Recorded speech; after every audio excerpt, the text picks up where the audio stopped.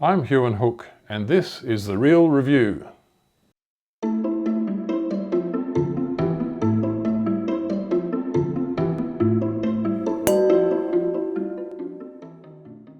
The wine we're tasting today is Cullen Wine's Diana Madeline Cabernet-based blend 2019 vintage from Margaret River. So what can I say about Cullen that hasn't been said before? They are, of course, one of the iconic wineries of Australia. They were one of the earliest wineries in Margaret River. In fact, they were established in 1971, which is only 4 years after Vas Felix, which was 1967, and Mosswood, 1969. So 1971, they are celebrating their 50th anniversary this year. Good time to be tasting this wine. The other anniversary they're celebrating this year is the 30th vintage since Vanya Cullen took over the winemaking from her mother, Diana, after whom this wine is named.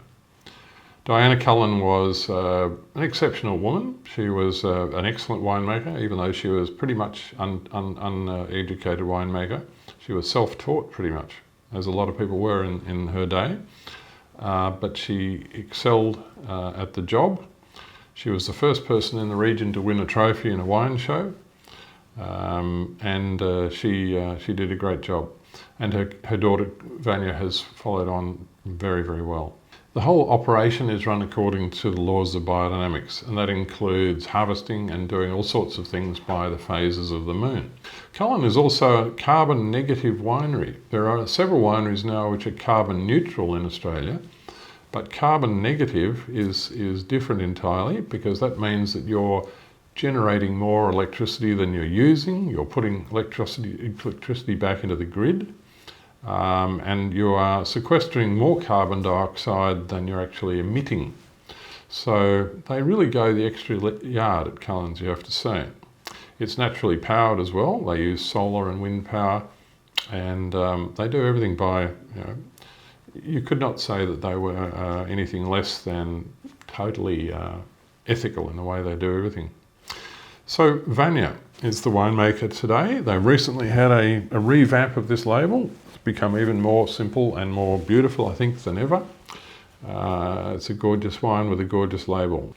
The 19 is, it seems to me that it's one of the more Cabernet Sauvignon dominant wines that they've made in recent times. It's 87% Cabernet Sauvignon, but it has very small amounts of Merlot, Cabernet Franc, Malbec and Petit Verdot as well. So pretty much those are the varieties that are in every vintage of Diana Madeline, or DM as they call it. The hand-picked fruit is picked on fruit and flower days, of course, according to the biodynamic calendar. This wine spent 15 months in 45% new French oak barrels. So how does this wine taste? Cullen Wine's Diana Madeline 2019. Let's have a look at the colour. And the colour is, wow, that is a very, very deep colour. Concentrated, pretty much impenetrable, unless you've got a very strong light. But it's not a glass staining, heavy sort of blackish colour, which, that's a warning sign to me. It's got a bright colour, lovely tinges of purple to it. And when you smell it, the smell is just, has essence of Cabernet. It's very Bordelais. It smells like a very good young Bordeaux, very clean young Bordeaux. Cabernet being the dominant thing, cedar, tobacco, cigar box, but also blackberries, black currants, not very leafy. Cabernet always has a touch of leafiness, but this one is very, very low key on the herbal side of things. So beautifully ripe grapes. But if you put that in a lineup, you would certainly know that it's a Cabernet-driven wine. It has the personality of Cabernet.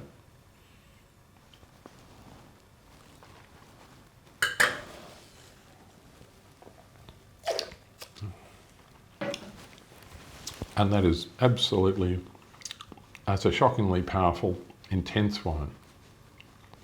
The structure is incredible.